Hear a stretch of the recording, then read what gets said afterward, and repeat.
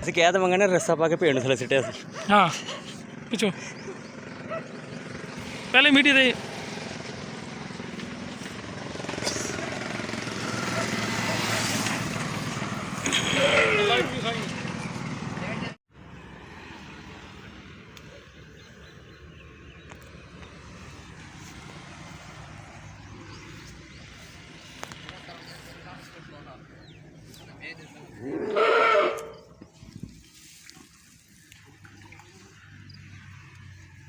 ਉਸ ਨਾਲ ਢਿੰਗੇ ਨਾਲ ਨਾ ਰੱਸਾ ਦੇ ਥੱਲੇ ਥੱਲੇ ਦੀ ਜਾਣ ਦੇ।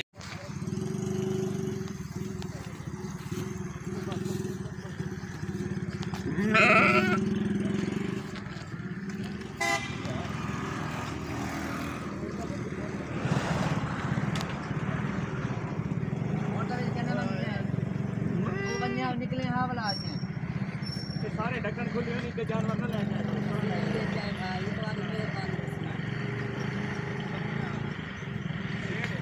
संभाल होने मेरी सारी दो मिनट खड़ी रहने दे जरा।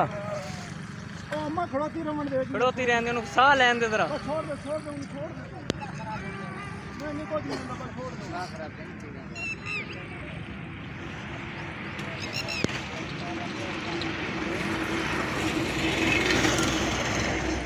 रोड के नाल ना जानवर नहीं लेके आने दोबारा। जान दे घेरा चुक के जाने